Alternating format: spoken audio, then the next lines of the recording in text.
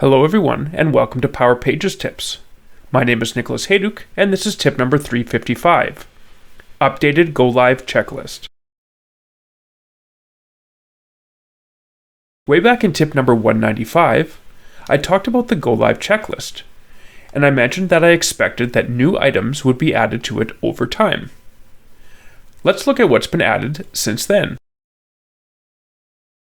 Before we dive into the details, don't forget to subscribe to the Engineered Code YouTube channel for our weekly tips, monthly community calls, and lots of other Power Pages and Power Platform content.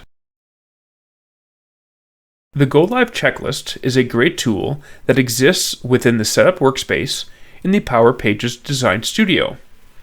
It provides a specific list of things you should most likely be doing before you go live with your site. At the time of tip number 195, the checklist included 6 items. Now, we've got a couple more. At the bottom of the checklist, you'll see the Set the Site to Public item.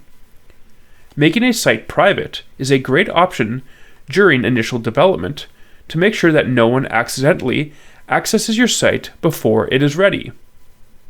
However, once you're ready to launch the site to users, you'll want to make sure that the site visibility is set to public. This doesn't mean that just anyone can access data on the site. You can still require authentication on a public site before a user can see their data. Private sites use a different layer of authentication to hide the entire site, including the typical login pages, so it is not appropriate for sites live in production. The other new option is at the top of the list. Scan your site for vulnerabilities. This is tied to the deep scan functionality available on the Run Scan page in the Security workspace of the Design Studio, or in the Site Health area for your website in the Power Platform Admin Center.